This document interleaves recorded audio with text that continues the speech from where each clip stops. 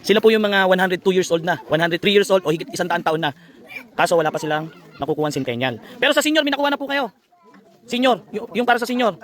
Nakakuha na para sa senior, yung 10,000. 10,000, 5,000, 3,000. Nakuha para sa senior. Kay tatay, magkano nakuha? Sa senior niya? 10,000.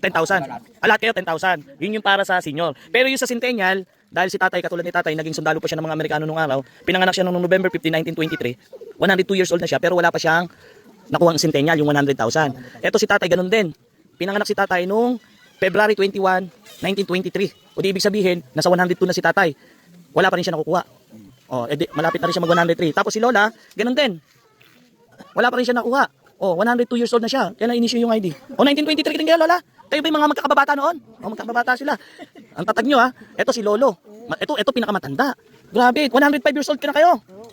Kasi pinanganak siya nung January 26, 1920. Kaka 105, 106? 106. Kaka 106 lang ni tatay. Isipin nyo, 106 years old. Wala pa siyang nakukuha 100,000 na centennial. Dahil sumobra na raw sa taon. Pero may birth certificate si tatay. Kompleto. May birth certificate pero wala siyang nakuha. Yon.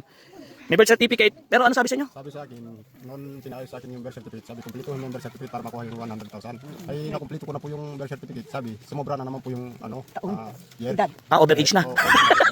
Overage na po si tatay kaya po wala siya nakuha centennial. Hindi po, meron kayong makukuha. Hingi tayo ng tulong sa ating mahal na punong bayan. Mabait naman yung ating mayor tutulungan nila tayo. Ito po yung ID nyo, no? Pwede po mahiram lahat ng ID para po madala ko sa ating mayor. Okay lang po ba? Hihiramin ko po para may lapit ko kay mayor. Sa mayor natin dito sa Kapas. At mabait naman yun, alam ko na hindi kayo tatanggihan at alam ko na yung para sa inyo ay makakarating. Siguro hindi na natin kailangan siguro ng birth certificate dyan, kahit siguro kay sa ano natin, sa pinaka-chairman ng senior citizen, si Maria, nakalimutan ko pangalan nun ni ma'am si attorney, pero alam ko tutulungan tayo. Pero lapit muna tayo kay mayor, makiusap tayo kay mayor na sana matulungan kayo. At alam ko naman na may puso yung mayor natin dito, marami naman tinutulungan naman kayo, hindi naman kayo pinababayaan, di ba? Pero yung senior siguro baka hindi niya napansin to. Yung senior yung centennial. Kaya iayos natin. Isipin niyo 106 years old na, di ba? Pero sa ngayon, tay, yung kita mo, kumita ka. Kaya Leo, bigay mo yung yung kinita mo tayo, i-share ko muna sa mga kababata mo ha. Kinita mo yan. Isa taas kita tay. Tapos tagi-isang sakong bigas kayo, lolo, ha?